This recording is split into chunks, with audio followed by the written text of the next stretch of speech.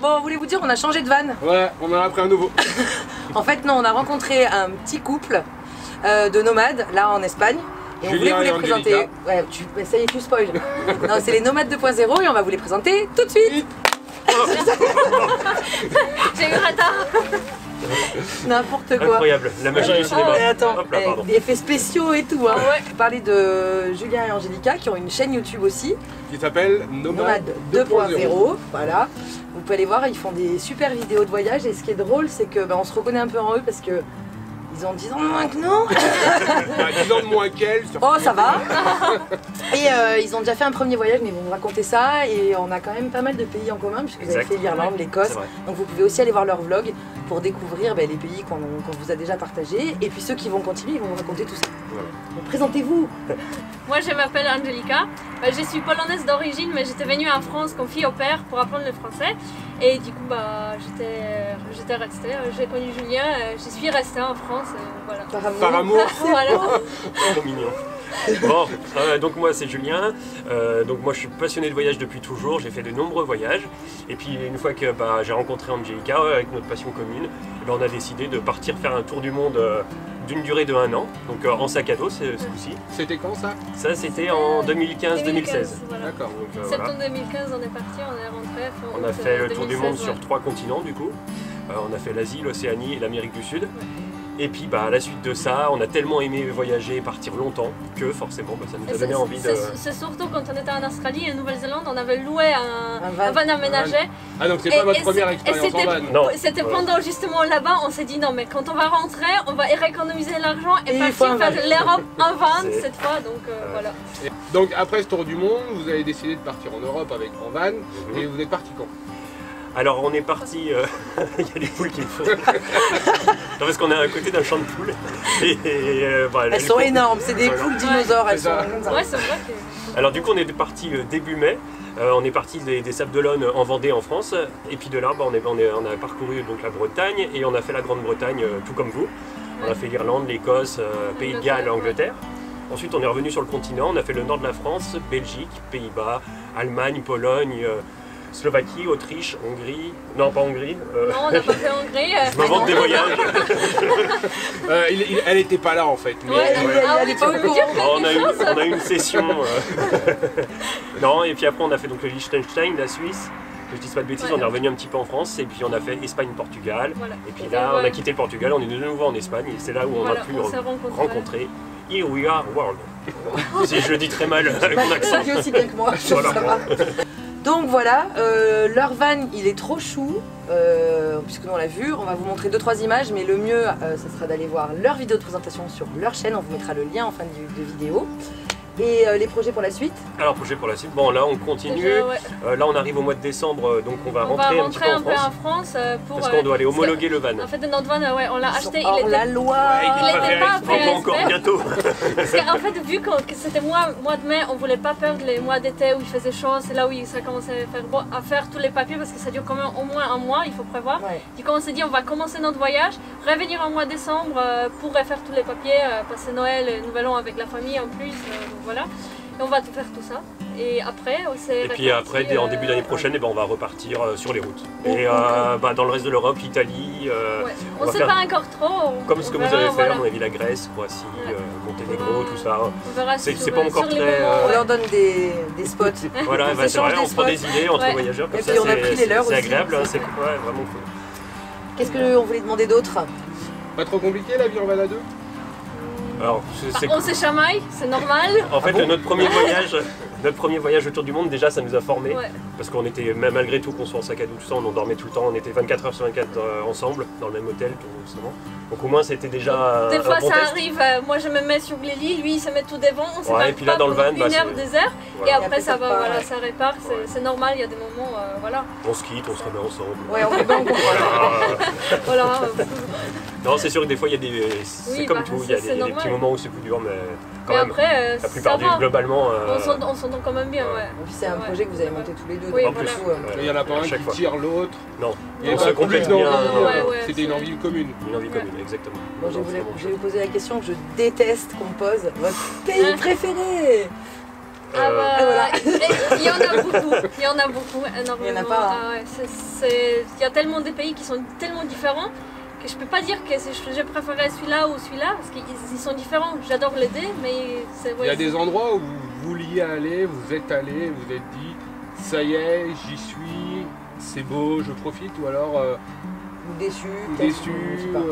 Alors à vrai dire, bon, l'Écosse c'est un endroit par exemple on s'attendait à quelque chose d'incroyable et c'est incroyable. Ouais. Ah oui, j'allais dire quoi? Mais sors de ma vidéo, si t'aimes pas l'Écosse, t'as pas le droit d'être là. Ouais, mais t'es pas déçu, t'es pas surpris, Voilà. c'est exactement comme tu t'attends. Voilà, et l'Irlande, j'étais agréablement surpris par l'Irlande. Je pensais que c'était moins bien, moins sauvage, moins beau, enfin machin, et c'est grandiose aussi. Donc on a été agréablement surpris. Ensuite, des pays où on a été agréablement surpris à l'inverse. Où t'attendais beaucoup et que t'as pas... Voilà, qu'est-ce qu'on pourrait dire bon, l'Allemagne, à vrai dire, on s'attendait pas... On s'attendait pas à grand chose. C'est dur de dire ce qu'on dit parce que c'est un pays qui est relativement plat et il y a moins de choses à voir pour nous. Nous, on recherche des beaux paysages, de la nature. C'est pour ça qu'on s'entend bien. Hein, voilà. On cherche les mêmes choses. Et c'est vrai qu'en Allemagne, il y a moins. Alors, il y a dans le sud, un peu plus dans le pays. En Bavière. Voilà, dans la région de la Bavière. Alors là, oui. C'était super. Mais c'est vrai que nous, on est passé par le nord et... C'est plat, oui, l'Allemagne. C'est plat, il y a des villes qui sont belles, mais ça reste des villes, nous, on n'est pas très... Mais d'un autre côté, on s'y attendait, donc c'était pas une surprise. Et non, la Pologne aussi, le sud, moi j'étais, parce que je connaissais pas du tout. Angélique, voilà, en plus forcément c'est bien. Ça a aidé. Puis moi, si je dis pas ça, derrière.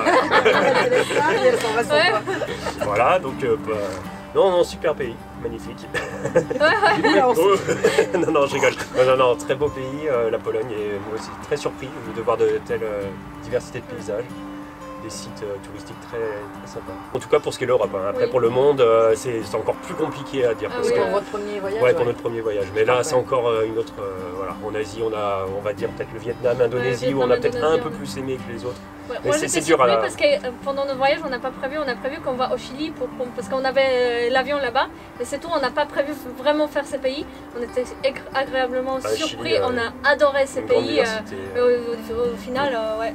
On a fait des nord au sud, c'était génial. C'est souvent ce qu'on dit, nous on prône un peu la sérendipité, c'est-à-dire de découvrir des choses par hasard, c'est pour ça qu'on n'a pas d'itinéraire.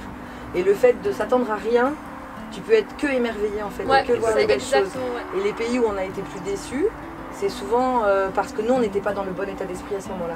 Oui, c'est pas le pays qui te déçoit, c'est l'état dans lequel toi tu te trouves à ce moment-là. Il y a beaucoup de trucs qui rentrent en jeu, il y a la météo, il y a comment les gens que tu as rencontrés, ce qui t'est arrivé, tout ça. Si t'es pressé, si t'as du temps, il y a beaucoup de choses qui jouent et pas que le pays, je pense. En plus, question vaste, on se rejoint.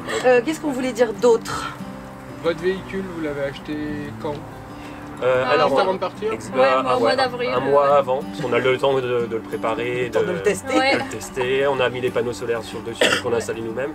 Il était déjà aménagé, donc il n'y avait pas beaucoup à faire. On n'a pas trop de mérite à ce niveau-là. Nous non plus. Hein. Pareil au niveau mécanique. Les anciens propriétaires, ils l'ont bien entretenu, ils avaient tous les papiers, tous les trucs. Donc, franchement, ils ont dit c'est prêt à partir. Donc, on s'est mis dedans, on a mis panneaux solaires, on est parti. Donc, parfait.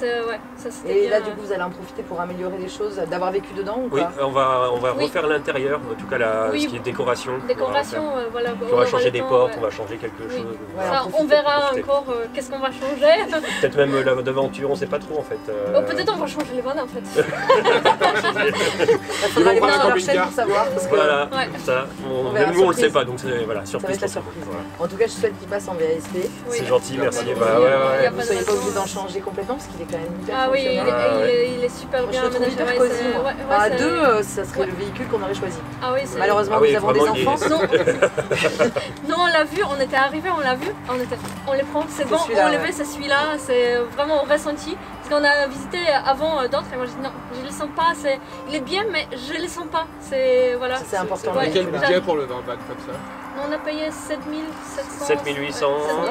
Voilà. Alors il a eu un nouveau moteur, parce que l'ancien il était mort. Donc du coup le nouveau moteur il a 80 000 km environ. C'est un moteur diesel. Et le châssis là? Et le châssis par contre il est... ouais, c'était 280 000 km. Ouais, 280 000. Voilà. Bon, il a bien vécu, mais bon, d'un autre côté, ça c'est presque increvable, on va dire, entre guillemets, si, en dehors du moteur. Mais après, si tu changes les pièces au fur et à mesure. Tu l'entretiens bien, tu changes les feux. Voilà. Bon, vous n'avez pas eu trop de galères avec votre Une galère. C'est les pros de la galère. Ouais, Non mais peut-être c'est les vannes qui nous a ramenés parce que les anciens propriétaires ils ont dit ils ont eu énormément de galères avec des mécaniques, des trucs.